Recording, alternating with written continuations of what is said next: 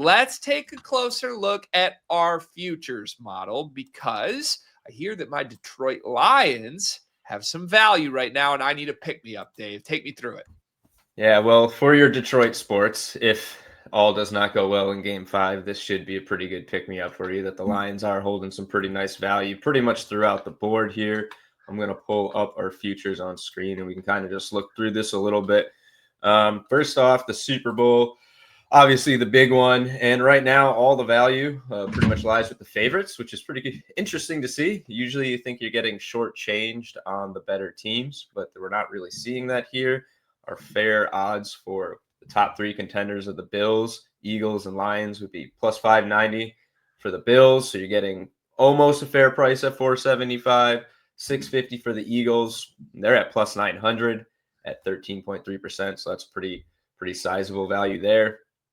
And the Lions plus 690, so just about fair odds at plus 700, but a respectable 12.6% and a top three probability. And we've seen the Ravens and Chiefs fall out of here a little bit. Chiefs are climbing slightly. They're back in the top five, 7.1%.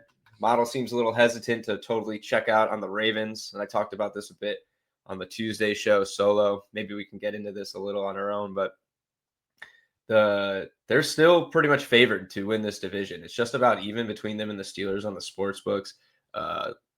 Plus 2,000 to win the Super Bowl is not what you'd expect for a 1-4 team. So both the model and the sports books are believing in the Ravens here, turning it around. I have to say I don't think they're a top four Super Bowl contender. I would put the 49ers, Rams above them at this point, maybe even the Bucs. But if you're interested in the value, there's some there at plus 2,000 and 7.5%, but you're really going to need to see a big turnaround from Baltimore sooner than later, though their schedule does get a little easier after this week's showdown with the Rams, and you're dealing with Lamar Jackson injury, so kind of a bit to work through there. I would personally just stick looking at these top contenders if you think the Chiefs can do it. Not a value play at 7.1% and plus 1,000, but that's 9%, so you're not very far off. 49ers are pretty much sitting where they've been all year. We like their value early on, so if you're backing a team to win the Super Bowl, it seems like you want to stick with the top. That's where the value seems to be, and realistically, I don't think there's many contenders outside this top tier. You'd probably look at Rams, Chiefs, 49ers, and the Packers below these top three teams. You feel like you want to put some respect on the Colts and Jaguars, both 4-1, both winning games. But after that, I don't know if anyone's winning the Super Bowl this year out of those teams. So values at the top. I'd look here if you're looking for a future. Anything on the particular your Lions, Greg, in a pretty good spot here? You know, I think this reflects my personal interpretation of where the league is at right now. I feel like there's three true favorites in Philly, the Lions, and the Bills. You know, I do find it interesting. I thought there might be a little more separation with Buffalo. I wouldn't have been stunned to see our model reflect them with a larger gap than just a 3% gap between them and Philadelphia and Detroit. But maybe a good reminder that we could probably lump those three all in one tier right now, and we'll see where the dice rolls at the end of the year. I feel like if I was placing one bet here right now, it would be on the Eagles to repeat. I think them having the best odds at 9-1 out of that trio as the second favorite, only 3% behind the Bills. I just think that's the best value play if you were going to jump in on it. As good as the Bills are, and as good as Josh Allen is, there's something mental with that team that's never going to be quantifiable when you get to the postseason. I think you could argue the same with the franchise in Detroit, as much as I love my Lions. I mean, we have a proven franchise with proven guys that have won a Super Bowl that are just rolling right now, sitting there 9-1, screaming at me. I don't know if I would play it personally just right now. The more interesting thing from our model on futures right now to me, two teams I was looking at that are in the long shots category, both Tampa and Indianapolis, sitting here at 4-1. I almost expected to see those two teams jump higher up here. mean, you mentioned Baltimore still sitting there at 1-4 as our fourth favorite. Obviously, there's injury stuff that's kind of hampering over that, but our model is really not buying either the Bucs or the Colts being serious contenders here. And my eyes would tell me otherwise. Like I really looked at both of Totally. those beyond 20-1, thinking, hey, maybe there's some value here. When Dimer says there's not, that's usually a good indicator for me to stay away from it, even though my eyes are telling me they could be long shot candidates.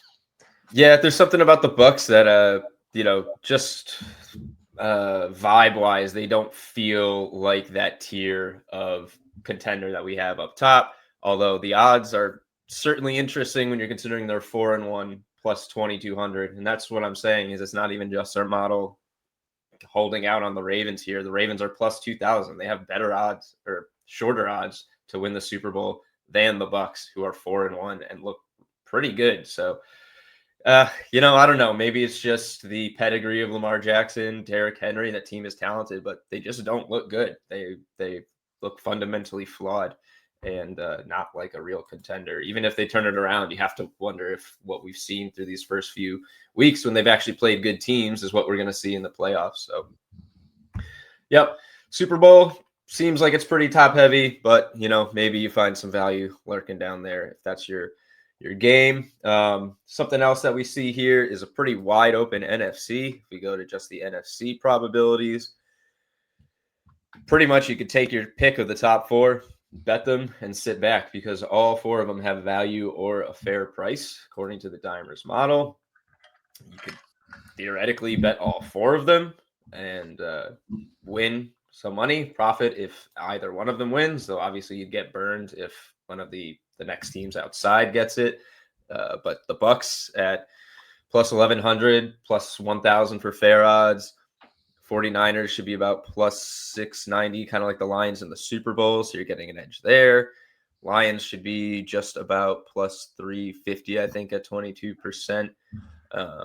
And the Eagles at even better odds than the Lions with a slightly higher probability. So wide open here. Certainly feels like any of these teams could make it. The Packers, once again, the model is just not really high on them as far as the value is concerned. And that tie may come back and haunt them. Actually, I mean, this Packers team hasn't won a game since week 2. So they're probably looking for a pretty hungry win this week against the Bengals and Joe Flacco. So, yeah, NFC's wide open here. You got tons of value. Really take your pick, bet them. And, I personally, if it were me, I'd maybe bet one or two of these. I like the Bucs for the longest odds, of course. And I think the Lions are probably a solid play, especially if you're going to take the Eagles value in the Super Bowl. Then you kind of get yourself a little bit of a hedge. But I'd probably bet one or two of these and wait and see if you can get a better price on the others over the next coming weeks. You do have the Bucs and the 49ers going head-to-head this week, which should possibly shake up the price a little bit here. Yep. Yeah, we should see some movement for sure. And then you've got a futures parlay that you're liking here, Dave? Yeah, so just if you look through the division probabilities here, for the most part, you've got a lot more or less decided. I mean, the Patriots, one game back of the Bills, but look at this, 85%. Not really much value to speak of for the Patriots. This Ravens-Steelers one, I just kind of one that I don't want to touch. You have practically same odds. Obviously, the Ravens are the favorite here at 50.8%. That's value since it should be minus odds at that. But again, I'm just not touching this. This is just too volatile for me. And if the sportsbooks are telling you they don't believe a 3-1 team is going to win the division over 1-4, it just says don't touch it to me. But anyway, we have 3 division winners with a clear edge here. The Lions in the NFC North at plus 100 and a very substantial 64% probability. The Jaguars in the AFC South at plus 155 and another pretty substantial 44% probability. So fair odds of about 125 there. And the Chiefs in the AFC West, where are we? Right here at plus 190 and 36.3%. So the Chiefs are the current model favorite to win the AFC West, only a game behind the Chargers and the Broncos. Chargers kind of look like they're in free fall with the injuries. It's a bummer because they're an exciting team to watch. The Broncos, still don't know if we know exactly what they are. But the Chiefs look like they're getting their mojo back a bit. Probably could have won that game against the Jaguars if not for the pick six, 99-yard return. So, yeah, all three get value. If you play all three together, plus 1379 for a futures parlay. If you don't want to play the parlay, play them each individually, but you're getting an edge on all three here. And there's only a few divisions really up for grabs as far as bettable odds, being the NFC North, AFC South, and AFC West. So get a little piece of that while you can, if that interests you. I played it this morning myself, so hopefully we'll see this come out in the end of the season, or at least see the odds move in our favor after a week or two. It will be interesting to watch. I endorse all three of those individually.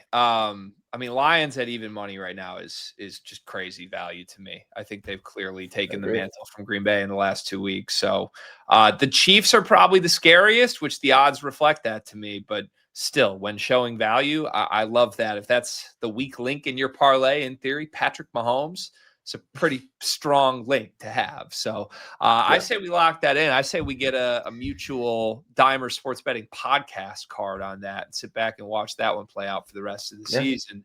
Reminder, if you enjoy our futures conversations, you can get futures updates in real time all season long. Dimers Pro is what you need to be able to check for yourself anytime you want. 50% off Dimers Pro with promo code podcast. Make sure you take advantage of that right now. And you can find these updates on your own without waiting for us twice a week.